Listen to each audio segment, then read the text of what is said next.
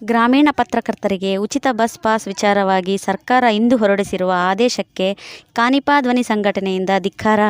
ಬಂಗ್ಲೆ ಮಲ್ಲಿಕಾರ್ಜುನ, ರಾಜ್ಯಾಧ್ಯಕ್ಷರು, ಕರ್ನಾಟಕ ಕಾರ್ಯನಿರತ ಪತ್ರಕರ್ತ ಧ್ವನಿ ಸಂಘಟನೆ. ಸಮಸ್ತ ನಾಡಿನ ಪತ್ರಕರ್ತರಿಗೆ ಒಂಥರ ಕರಾಳ ದಿನ ಅಂತ ನನ್ನ ಒಂದು ಭಾವನೆ ಹಾಗೂ ಅಭಿಪ್ರಾಯ ಕೂಡ. ಇಂದು ಮಧ್ಯಾಹ್ನ ಕರ್ನಾಟಕ ಸರ್ಕಾರ ಗ್ರಾಮಾಂತರ ಪತ್ರಕರ್ತರಿಗೆ ಉಚಿತ ಬಸ್ ಪಾಸ್ ವಿಚಾರವಾಗಿ ಕರ್ನಾಟಕದ ರಾಜ್ಯಪಾಲರ ಆದೇಶ ಅನುಸಾರವಾಗಿ ಅವರ ಹೆಸರಿನಲ್ಲಿ ಸರ್ಕಾರದ ಅಧೀನ ಕಾರ್ಯದರ್ಶಿಗಳಾದಂತಹ ಎಂ ಜಸಿಂತಾ ರವರು ಇವತ್ತು ಆದೇಶವನ್ನು ಹೊರಡಿಸಿದ್ದಾರೆ.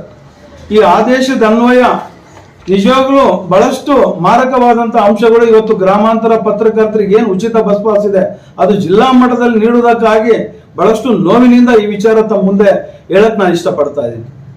ಇವತ್ತು ಸಿದ್ದರಾಮಯ್ಯನ ಸರ್ಕಾರ ಇವತ್ತು ನಾಯಿ ಡ್ಯಾಶ್ದಲ್ಲಿ ಜೇನು ಇಟ್ಟಂತೆ ಆಗಿದೆ ಇವತ್ತು ನಮ್ಮ ಪತ್ರಕರ್ತರ ಸ್ಥಿತಿ.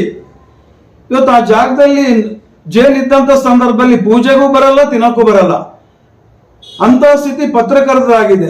ಆ ರೀತಿಯಾಗಿ ಇವತ್ತು ಒಂದು ಗ್ರಾಮಾಂತರ ಪತ್ರಕರ್ತರಿಗೆ ಏನು ದೊಡ್ಡ ಮಟ್ಟದಾಗಿ ಸರ್ಕಾರದ ಉಡುಗೊರೆಂತ ಏನು ಇವತ್ತು ಬಿಂಬಿತಾಗಿ ಮಾಡಿದೆಯಲ್ಲ, ಇದು ನಿಜಕ್ಕೂ ಇಡೀ ನಾಡಿನ ಪತ್ರಕರ್ತರಿಗೆ ಮಾರಕವಾದಂತ ವಿಚಾರ ಅಂತ ನೋವಿನಿಂದ ಹೇಳ್ತಾ ಇದ್ದೀನಿ.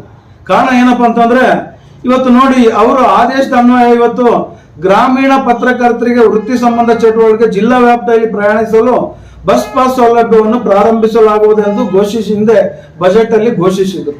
ಅದರಂತೆ ನಮ್ಮ ವಾರ್ತಾ ಇಲಾಖೆಯ ಕೆಲವು ನಿಬಂಧನೆಗಳು ಹಾಗೂ ಮಾನದಂಡ ಗೈಡ್ಲೈನ್ಸ್ ಏನ್ ತಗೊಂಡಿದ್ದಾರೆ, ಆ ಗೈಡ್ಲೈನ್ಸ್ ಅನ್ವಯ ಪತ್ರಿಕೆ ಮಾಧ್ಯಮ ಪಟ್ಟಿಯಲ್ಲಿ ಇರಬೇಕು ಪ್ರಥಮವಾಗಿ.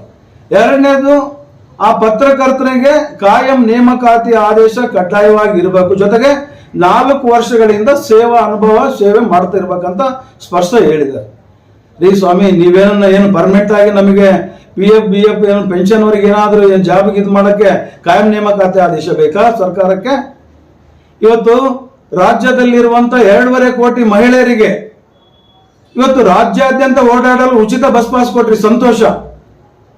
ಇವತ್ತು 1800 ಕೋಟಿ ವ್ಯಯ ಮಾಡಿ ಇವತ್ತು ಆ ಮಹಿಳೆಯರಿಗೆ ಒದಗಿಸಿದಿರಿ ರಾಜ್ಯಾದ್ಯಂತ ಓಡಾಡಲು.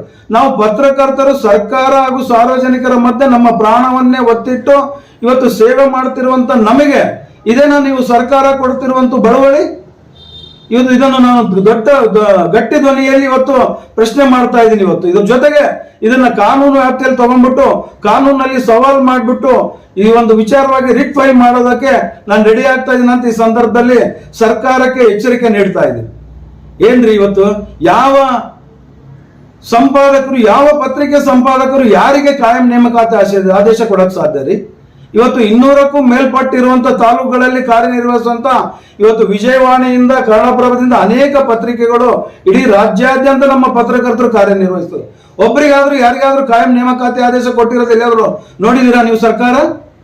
ಇವತ್ತು ಅಕ್ರಿಡೇಷನ್ ಕಾರ್ಡ್ 2,500ರಿಂದ 3,000 ಕಾರ್ಡ್ ನೀವು ಕೊಟ್ಟಿದ್ರಿ ವಾರ್ತಾ ಇಲಾಖೆಯಿಂದ. ಆ ಅಕ್ರಿಡೇಷನ್ ತಗೊಂಡಿದ್ದನ್ನೇ ಯಾರಿಗೂ ಸರಿಯಾಗಿ ಇವತ್ತು ಕಾಯಂ ನೇಮಕಾತಿ ಆದೇಶ ಇಲ್ಲ. ಅದೊಂದು ತನಿಖೆ ಆಯ್ತಂದ್ರೆ ಅದೇ ಒಂದು ದೊಡ್ಡ ಸ್ಕ್ಯಾಮ್ ಆಗುತ್ತೆ. ಯಾವ ಮಾಲೀಕರುಗಳು ಆದೇಶ ಕಾಯಂ ನೇಮಕಾತಿ ಆದೇಶ ಕೊಡ್ತಾರ್ರಿ? ಇದು ಕೊಡಕ್ಕೇನೆ ಸಾಧ್ಯ ಇಲ್ಲ. ಇಂಥ ಒಂದು ಸ್ಥಿತಿಯಲ್ಲಿ ಇರಬೇಕಾದಾಗೆ ಕೇವಲ ನಮಗೆ ಜಿಲ್ಲಾ ಮಟ್ಟದಲ್ಲಿ ಓಡಾಡೋದಕ್ಕೂ ನೀವು ಈ ರೀತಿ ಮಾನದಂಡ ಹಾಕಿದ್ರೆ ಯಾವ ರೀತಿ ನಮಗೆ ಅದು ಉಪಯೋಗ ಆಗ್ತದೆ ಹೇಳಿ? ಇವತ್ತು ಮೊನ್ನೆ ಸಿದ್ದರಾಮಯ್ಯನವರೇ ಇವತ್ತು ಅನೇಕ ಭಾಗ್ಯಗಳು ಕೊಟ್ಟಿದೆ. ಇದೇನಾ ನಿಮ್ಮ ಪತ್ರಕರ್ತರಿಗೆ ತೋರಿಸಿದಂತ ಒಂದು ಗೌರವನ? ಇವತ್ತು ನೀವೆಲ್ಲ ನಮ್ಮನ್ನ ಪತ್ರಕರ್ತರಂತ ಡಿಸೈಡ್ ಮಾಡೋದು. ಇವತ್ತು ಡೆಲ್ಲಿಯಿಂದ ಏನ್ ಬರುತ್ತೆ ನಮಗೆ RNI ಕಾಪಿ, ಅಲ್ಲಿ ನಮ್ಮನ್ನ ಪತ್ರಕರ್ತರಂತ ಗೊತ್ತು ಮಾಡ್ತಾರೆ, ಅವರು ಒಂದು ಲೈಸೆನ್ಸ್ ನೀಡ್ತಾರೆ. ಆ ಪಡೆದಂತ ನಾವು ನಮ್ಮ ಸರ್ಕ್ಯುಲೇಷನ್ ಏನೇನಿದೆ ತಗೊಳ್ಳಿ, ಕೊಡ್ತೀವಿ.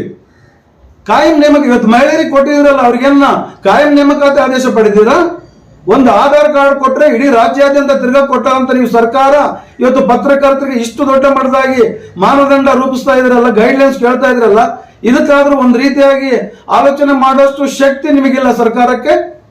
ಇದು ದೊಡ್ಡ ಮಟ್ಟದಾಗಿ ಪತ್ರಕರ್ತರಿಗೆ ಮಾಡಿರ್ತಕ್ಕಂಥ ಅವಮರ್ಯಾದೆ ಅಂತೂ ನಾನು ವಿಚಾರದಲ್ಲಿ ದೊಡ್ಡ ಮಟ್ಟದಾಗಿ ಸರ್ಕಾರದ ನಿಲುವನ್ನ ಈ ಸಂದರ್ಭದಲ್ಲಿ ಖಂಡಿಸ್ತಾ ಇದ್ದೀನಿ.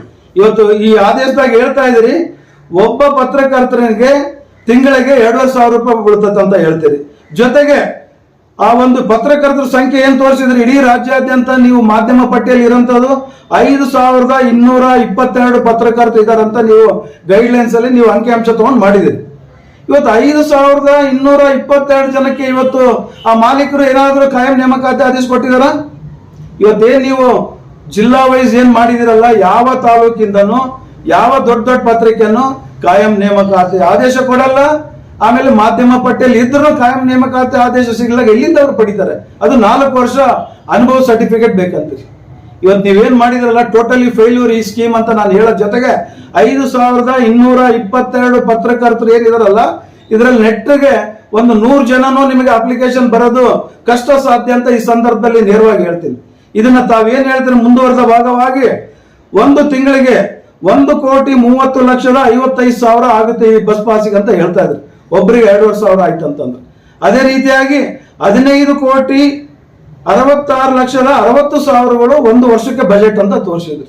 ಸಂತೋಷ. ಈ ಬರೀ 15 ಕೋಟಿಗೆ ನೀವು ಇಷ್ಟೆಲ್ಲ ಹೇಳ್ತಿರಲ್ಲ, ಇವತ್ತು ಮಹಿಳೆಯರಿಗೆ 1,800 ಕೋಟಿ ವ್ಯಯ ಆಗ್ತಾ ಇದೆಯಲ್ಲ ಸರ್ಕಾರಕ್ಕೆ ಒಂದು ವರ್ಷಕ್ಕೆ. ಆ ನಿಟ್ಟಿನಲ್ಲಿ ಆಲೋಚನೆ ಮಾಡಲ್ಲ. ಅವ್ರಿಗೇನಾದ್ರೂ ಕಾಯಂ ನೇಮಕಾತಿ ಆದೇಶ ತಗೊಂಡಿದ್ದೀರ? ಇವತ್ತು ನಮಗೆ ಕಾಯಂ ನೇಮಕಾತಿ ಆದೇಶಗಳ ಹೆಚ್ಚಿನದಾಗಿ ಒಂದು RNI ಕಾಪಿ ಡೆಲ್ಲಿಯಿಂದ registration newspaper of India ಕೊಡಂತ ನಮಗೆ ಲೈಸೆನ್ಸ್ ಏನಿದೆ ಅದು ಮೇನ್.